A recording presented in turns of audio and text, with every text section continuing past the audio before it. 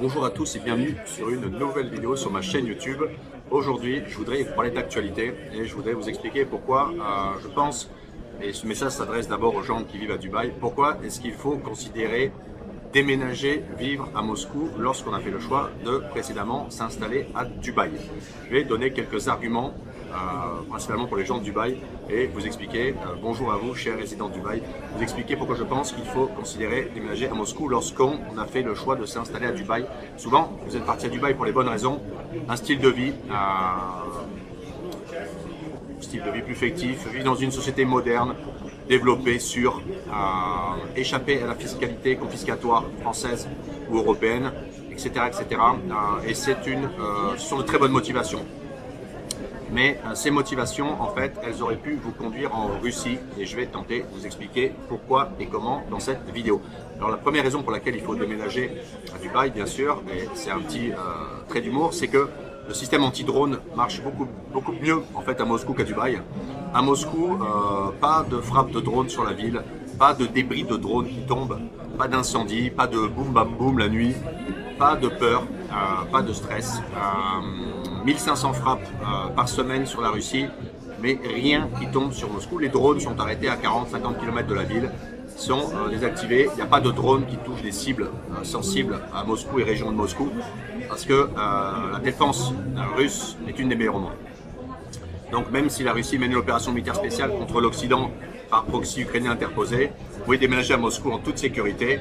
Vous entendrez parler de drones dans les canaux Telegram et dans les nouvelles, mais vous ne les verrez pas et ne les entendrez pas. Bon, petit trait d'humour. Raisons pour lesquelles, à mon avis, il faut considérer Moscou quand on a fait le choix de venir à Dubaï. Première des raisons, c'est que Dubaï, en quelque sorte, c'est une plateforme. C'est une ville récente, c'est une plateforme de passage, c'est une plateforme de transition, c'est un espèce de centre dans lequel les gens se regroupent pour des raisons principalement fiscales et festives. Dubaï se consomme. Moscou se vit. Moscou, c'est une vraie ville, c'est une ville historique, c'est une grande ville, c'est une ville moderne, c'est une ville qui a beaucoup d'histoire. Et à Moscou, on peut vivre de façon très différente par rapport à Dubaï. Moscou, c'est une ville dans laquelle il y a une vie culturelle et historique. Vous avez des restaurants, des bars, tout est ouvert 24/7, c'est très moderne et développé comme Dubaï.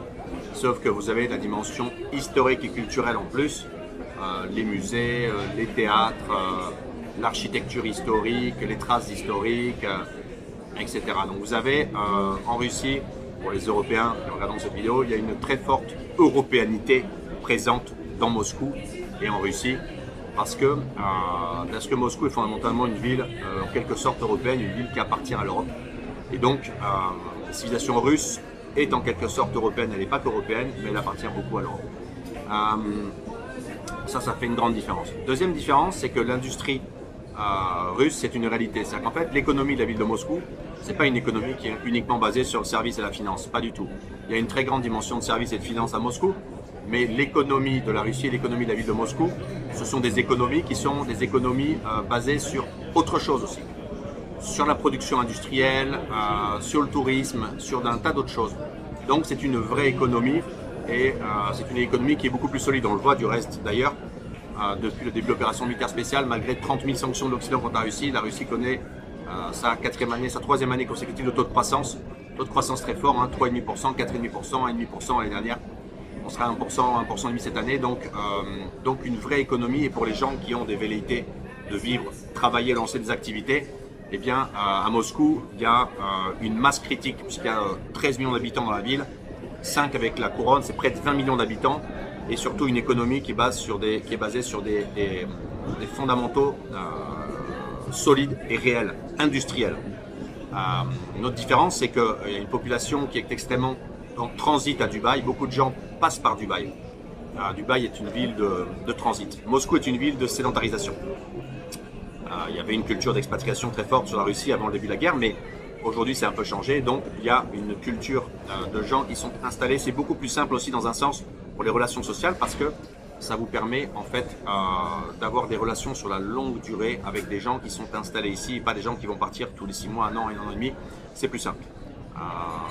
Cette capacité de socialisation, elle est forte. Moscou, il y a une grande dimension globale et internationale. Il y a beaucoup de Russes, il y a énormément d'étrangers, il y a énormément de Français, il y a énormément d'Européens, d'Américains, d'Allemands, de Sud-Américains, d'Africains, d'Arabes, de Chinois, d'Asiatiques. C'est très global Moscou. C'est une ville extrêmement globale et connectée. Et ça embraye aussi sur un autre sujet, la vie sociale, qui est la vie familiale. C'est-à-dire qu'en fait, il est beaucoup plus simple de créer une vie familiale à Moscou qu'à Dubaï. Chose, c'est que Moscou est la capitale d'un pays, la Russie, qui est une civilisation qui est extrêmement tournée vers la famille et les enfants. Et il y a énormément, la société est extrêmement organisée autour des enfants. Donc il y a une très grande culture des enfants en Russie. Il y a beaucoup d'infrastructures pour les enfants. Il y a beaucoup d'hôpitaux pour les enfants, il y a beaucoup d'aires de jeu pour les enfants, il y a beaucoup de choses pour les enfants. En fait, la société russe est très tournée autour des enfants. C'est donc plus simple de fonder une famille et de vivre en famille à Moscou qu'à Dubaï. Le coût de la vie aussi. Moscou en moyenne est à peu près 3 fois moins cher que Dubaï. Donc vous avez une capitale mondiale connectée, développée, moderne, ultra sûre, une ville en mode 24/7. Mais une ville dans laquelle vous avez une dimension de culture et d'Europe, une sécurité maximale, et le tout pour des coûts qui sont beaucoup plus faibles qu'à Dubaï. On peut vivre en Russie à Moscou pour beaucoup moins cher qu'à Dubaï. Ça c'est quelque chose de vraiment important aussi. La fiscalité est très faible en Russie, il y a des fiscalités qui vont de 13, 15, 18%. Pour des services publics qui fonctionnent à la perfection, il y a des services publics russes qui sont exceptionnels, tout fonctionne, le pays est immense, il faut bien comprendre ça. Après, la notion de climat. Alors évidemment, on va à Dubaï parce qu'il fait beau, mais vous avez vu que l'été à Dubaï, il fait super chaud. La Russie, c'est différent. Il y a un hiver long, mais il y a 4 saisons. Et ça, finalement, sur la durée, ça s'avère être un point fort parce que avoir des saisons, avoir des saisons, c'est fondamental en fait. Avoir un printemps, avoir un automne, avoir un été qui est soutenable. L'été en Russie, c'est bien. C'est bien, il fait beau, il y a des terrasses partout. On peut être dehors de façon tout à fait normale parce que c'est pas intenable comme à Dubaï. Il y a des filles magnifiques partout dans les rues. Les femmes russes sont les plus belles du monde et l'été elles sont habillées de façon extrêmement sexy et féminine parce qu'il n'y a pas d'insécurité. Donc c'est plaisant pour le regard des yeux des hommes et c'est plaisant pour l'atmosphère en général. Très important pour les gens qui veulent fonder des foyers, des familles parce qu'en Russie, il y a beaucoup de jeunes femmes, il y a beaucoup de partenaires potentiels. La femme russe, pour le coup, est un fantasme, mais c'est pas un rêve, c'est quelque chose de réel. Et donc, pour les hommes qui sont à Dubaï pour les affaires, eh bien, la dimension personnelle peut être beaucoup plus forte. Et encore une fois, il y a l'authenticité. C'est-à-dire qu'à Dubaï, vous avez une concentration de gens qui sont dans du paraître, de l'argent, du temporaire. Et la dimension financière, en fait, elle détruit la relation humaine. En Russie, c'est moins le cas. C'est une société réelle, authentique, familiale. Par conséquent, les relations ne sont pas anormalement et excessivement basées sur la dimension financière, mais plutôt sur des relations humaines comme c'est le cas en Europe. Ça, c'est vraiment quelque chose de fondamental. Voilà, c'était à peu près tout, je crois. Une petite vidéo rapide. Évidemment qu'il faut venir voir la Russie pour se faire une idée. Il faut venir visiter Moscou. Mais encore une fois, je crois que la vraie différence, c'est que quand on est un Européen, par exemple, et qu'on se trouve à Moscou, en quelque sorte, on peut facilement se ressentir chez soi. Parce qu'on est dans une civilisation et un monde qui est proche de sa civilisation et de son monde originel. À Dubaï, on est quand même dans une autre civilisation, avec tous ses avantages, ses points forts, mais aussi ses points faibles. Mais fondamentalement, on n'est pas chez soi. Et la géopolitique peut amener à déstabiliser des zones, des pays comme Dubaï, économiquement. On voit ce qui se passe aujourd'hui. C'est des zones qui peuvent être menacées. Elles sont menaçables parce que leur taille, leur poids, leur surface fait qu'elles peuvent manquer d'autonomie, d'inertie, de force de résistance et de résilience. Ce n'est pas le cas de la Russie. La Russie, c'est quelque chose d'énorme. C'est un pays puissance, un pays civilisation, c'est un État-continent. Et c'est un pays qui a les moyens de sa politique, qui a des capacités de résilience, de puissance, de survie, d'indépendance, de souveraineté maximale et qui sont surtout en train d'augmenter parce que c'est l'objectif des élites politiques qui gouvernent ce pays. Donc gardez ça en tête.